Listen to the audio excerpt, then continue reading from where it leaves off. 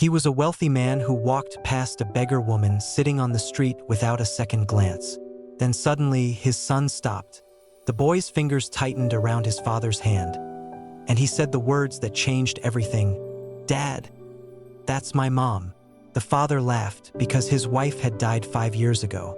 But when an old lullaby drifted through the air and a familiar scar caught the light on the woman's face, the truth began to surface.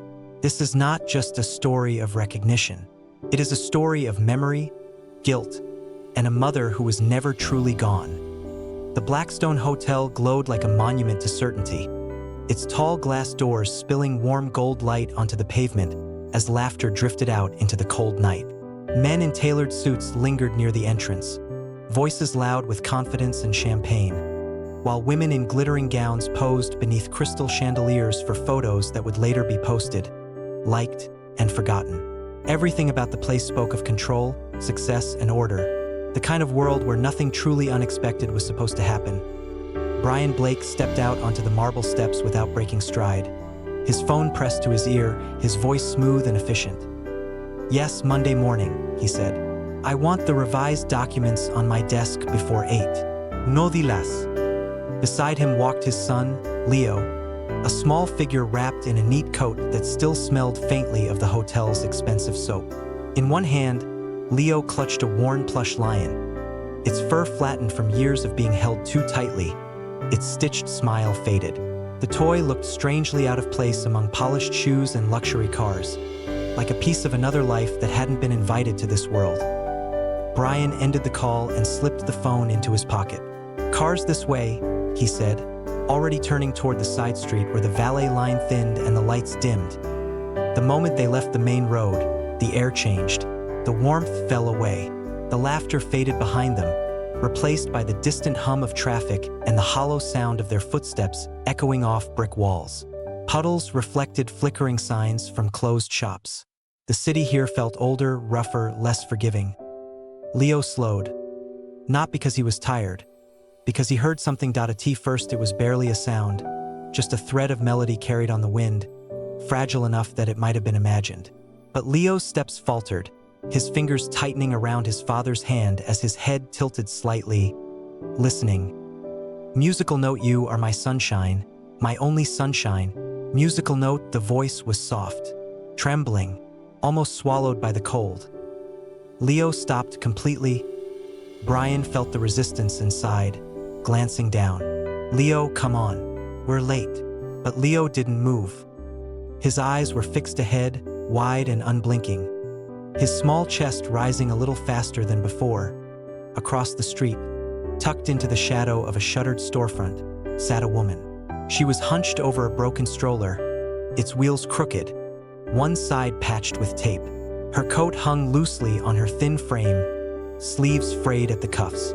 Blonde hair was pulled back in a careless tie, strands escaping to frame a pale, tired face. Inside the stroller was no baby, only a small, old teddy bear wrapped carefully in a faded blanket. The woman rocked the stroller gently, as if the motion itself mattered, as if stopping would be dangerous. Her lips moved as she sang, her voice low and intimate, meant for someone close enough to feel her breath. "Musical note, you make me happy when skies are gray." Musical note, Brian's eyes flicked toward her for a fraction of a second before turning away. His grip on Leo's hand tightened. "Don't stare," he said sharply. "Keep walking." Leo didn't respond. Something pressed hard against his chest, a feeling he didn't have words for. The song wasn't just familiar, it was safe. It was bedtime. It was warmth. It was arms around him when the dark felt too big. The woman reached into the stroller, adjusting the blanket around the bear with careful fingers, shielding it from the wind. "Shoo!" she murmured softly. "Mommy's here." The word sent a jolt through Leo's body. He swallowed. "Dad," he said quietly. Brian stopped, irritation flashing across his face. "What?" Leo didn't look at him. His gaze stayed locked on the woman. His voice, when he spoke again, was small but steady, untouched by doubt. "That's Mom." The words landed like a crack of thunder. Brian laughed once, short and disbelieving. "That's not funny." Leo shook his head. "I'm not joking. Brian crouched slightly, lowering his voice. "Leo, your mom is gone. You know that." Leo finally looked at him, his eyes serious in a way no child's eyes should have to be. "She's not gone," he said. "She's just not home yet." Brian opened his mouth to respond, but nothing came out. Behind them, the song faltered. The woman lifted her head, her eyes unfocused, drifting briefly toward the sound of voices. The streetlight flickered, illuminating her face just long enough for Brian to see it clearly. The slope of her jaw, the color of her hair, and the faint, uneven scar curving along her right cheek. His breath caught that a memory slammed into him. Metal twisting, glass shattering, headlights spinning across wet asphalt. An accident report stamped presumed deceased. A body never found. "No," he whispered, more to himself than to Leo. "That's not possible."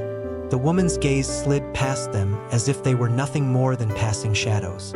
Her eyes returned to the teddy bear, her hands resuming their gentle, protective motion. Brian straightened abruptly. "We're leaving?" he said, his voice tight. This time, he didn't pull Leo forward. He stood there, frozen, caught between the world he understood and something far more terrifying. The possibility that the past hadn't stayed buried, that it had been sitting on a cold sidewalk all this time, singing into the dark. Leo squeezed his hand. "She remembers me," he said softly. "She just doesn't know it yet."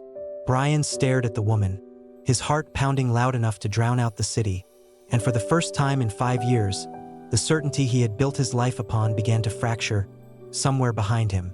The hotel doors closed and the song drifted on. The wind slipped through the cracks of the city like a living thing, crawling beneath coats and blankets, settling into bones. Donna woke curled against the cold brick wall behind a closed bakery, her breath fogging the air in front of her face.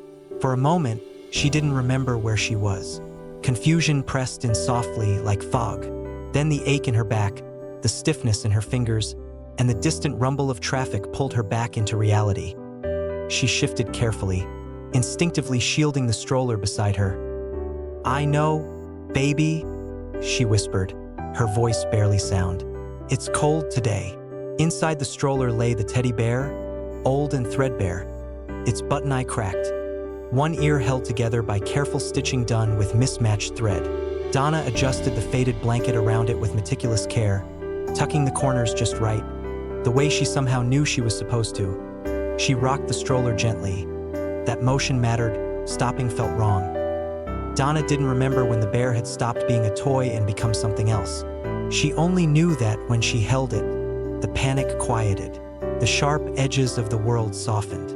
The noise in her head, memories that didn't quite form, images that hurt without explanation, settled into something she could survive. "You're safe," she murmured. "Mommy's here." She had learned long ago not to say that too loudly. People didn't like it when she said that word.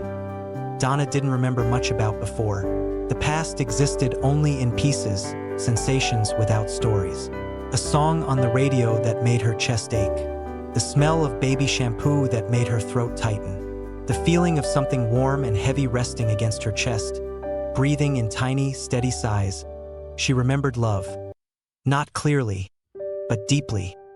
The city had taught her quickly how to disappear, how to keep her eyes lowered, how to sit just far enough from doorways that security guards wouldn't chase her off, how to accept food without appearing desperate, how to thank people even when they didn't look at her.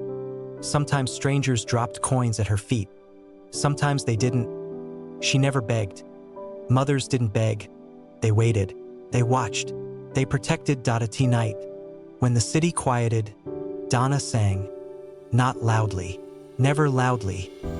Musical note, you are my sunshine. Musical note, the song lived somewhere deeper than memory. It came out when she was tired, when the fear crept too close, when the dark pressed in around her. It was the only thing that never failed to calm the ache in her chest. She didn't know who she sang it for, only that she always finished at point one afternoon. Rain soaked the streets until the city smelled like rust and wet concrete. Donna found shelter beneath a narrow overhang behind a closed pharmacy. She wrapped the bear tightly, pressing it against her chest, rocking gently as water dripped steadily from the edge of the roof. "Don't cry," she whispered, though the bear was silent. "Mommy's right here."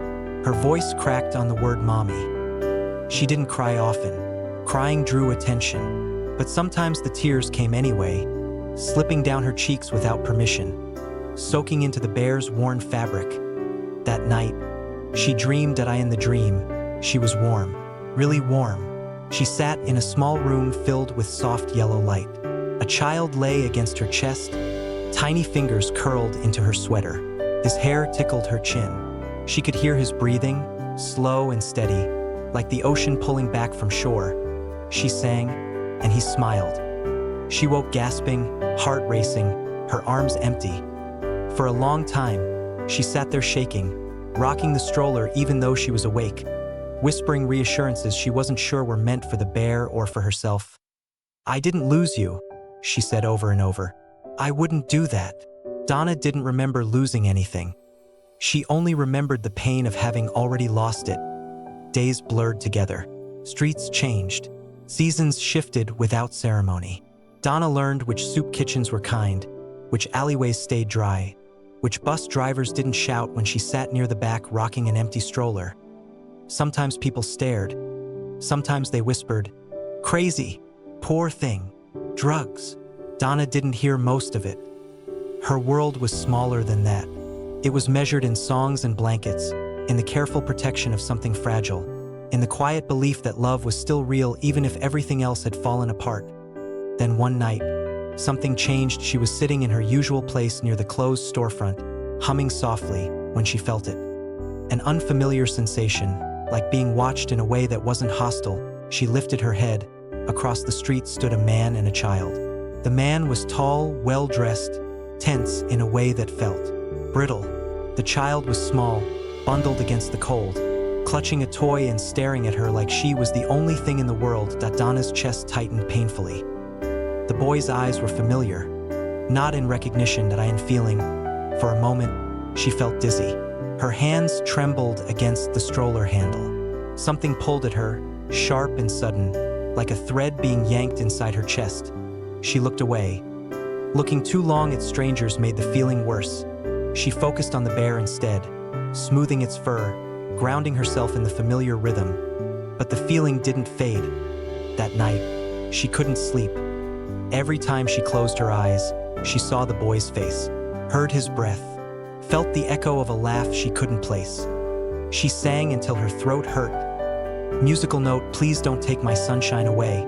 Musical note, somewhere far away, in a warm bed, a little boy slept clutching a plush lion, and in the darkness between them, memory began to stir.